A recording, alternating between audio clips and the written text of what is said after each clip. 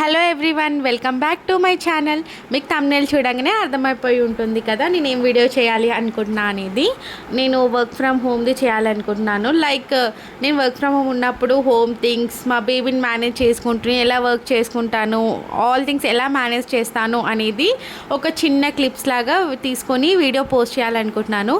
Hope మీకు నచ్చుతుంది అని అనుకుంటున్నాను. మీకు కనుక నచ్చితే లైక్ చేయండి, షేర్ చేయండి అండ్ సబ్స్క్రైబ్ చేయండి. వీడియో ఎండ్ వరకు చూస్తారని అనుకుంటున్నాను అనమాట. అండ్ ఇక్కడ నేను ఏం చెప్తున్నానంటే, ఇట్లా మేనేజ్ చేయడం అనేది చాలా హార్డ్ థింగ్ అనమాట. ఈజీ థింగ్ అనేది అయితే అస్సలు కాదు. అంటే ఒకవేళ కిడ్స్ లేకపోయి ఉంటే we can manage both the things అనమాట, ప్రొఫెషనల్ అండ్ పర్సనల్ లైఫ్.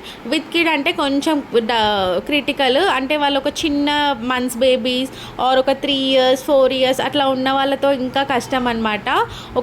వాళ్ళని చూసుకోవాలి, వర్క్ చూసుకోవాలి అండ్ హోమ్ థింగ్స్ చూసుకోవాలి అంటే కొంచెం డిఫికల్ట్. సో మనం టైం మేనేజ్మెంట్ అనేది బాగా చేసుకోవాలి. నేను ఎట్లా టైం మేనేజ్మెంట్ చేసుకుంటున్నా అనేది మీకు ఈ వీడియోలో చూపిస్తున్నాను అనమాట.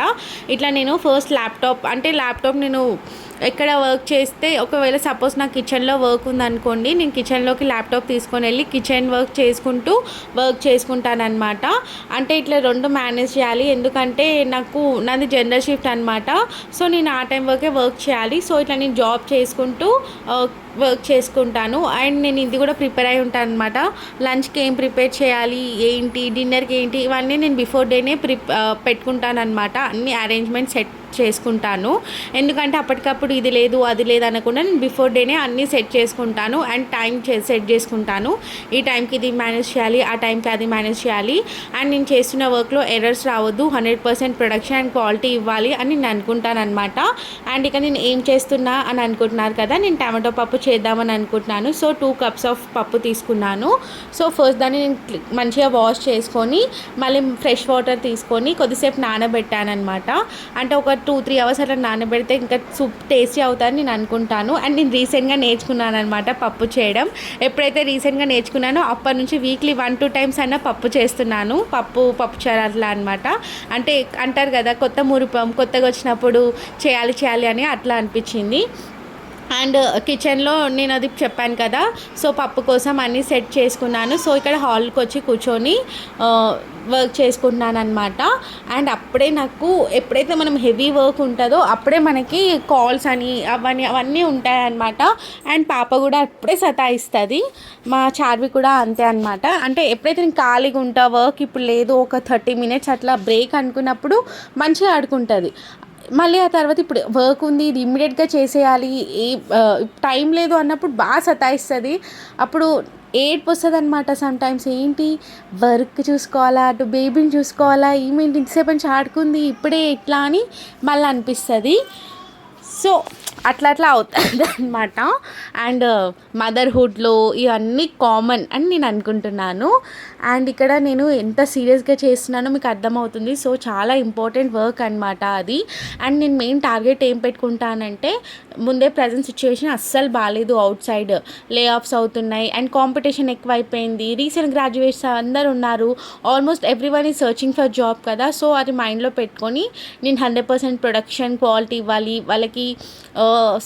SLA అని ఒకటి ఉంటుంది కదా, సర్వీస్ లెవెల్ అగ్రిమెంట్, దాన్ని బట్టి అన్నీ పాటించాలి, ఎట్లాంటి ఇష్యూస్ కావద్దు, అన్నీ అట్లా ఉండాలని నేను అనుకుంటాను. అకార్డింగ్ టు దట్ నేను అన్నీ ప్లాన్ చేసుకుంటున్నాను.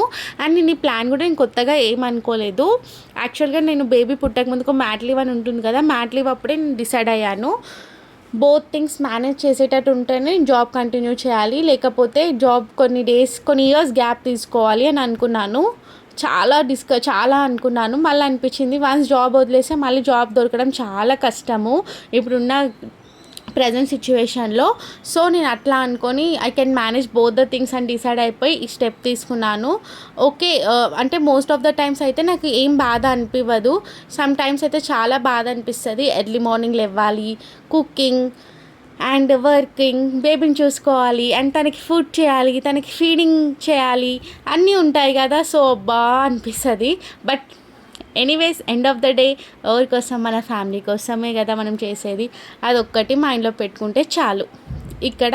అండ్ మీరు బ్యాక్గ్రౌండ్ చూస్తున్నట్టయితే చూస్తున్నారు కదా, బేబీ వర్క్ ఇవన్నీ చూసుకుంటూ మనము హౌస్ని అస్సలు నీట్గా పెట్టుకోలేము. అంటే నీట్గా పెట్టుకోవాలని అనిపించినా కూడా మనకి ఎట్లుంటుంది అంటే రెస్ట్ తీసుకోవాలి అని ఉంటుంది. ఇప్పుడు వీకెండ్స్లో వస్తే సదరాలి అనిపిస్తే మళ్ళీ అనిపిస్తుంది 5 days వర్క్ చేశాను, అట్లీస్ట్ వీకెండ్స్లో కూడా రెస్ట్ తీసుకోవద్దా అనిపిస్తుంది. సో మీలో ఇట్లా ఎవరైనా ఫేస్ చేసి ఉంటే నాకు చెప్పండి. అండ్ చాలామంది నా వీడియో చూస్తున్నారు, బట్ ఎవరు లైక్ చేయట్లేదు, సపోర్ట్ చేయట్లేదు. నా వీడియోని సపోర్ట్ చేస్తారు, లైక్ చేస్తారని అనుకుంటున్నాను. అండ్ ఈ వీడియో ఎండ్ వరకు చూసారని కూడా నేను అనుకుంటున్నాను. అండ్ మీరు బ్యాక్గ్రౌండ్ చూసారు కదా ఎలా ఉందో, ప్లీజ్ ఇగ్నోర్ అనమాట. అండ్ మీకు కనుక నేను ఏం రోల్ చేస్తున్నాను ఏంటి అని మీకు కంప్లీట్గా ఇన్ఫర్మేషన్ కావాలనుకుంటే ఈ వీడియో కింద కామెంట్ సెక్షన్లో మెన్షన్ చేయండి. Thank you for watching.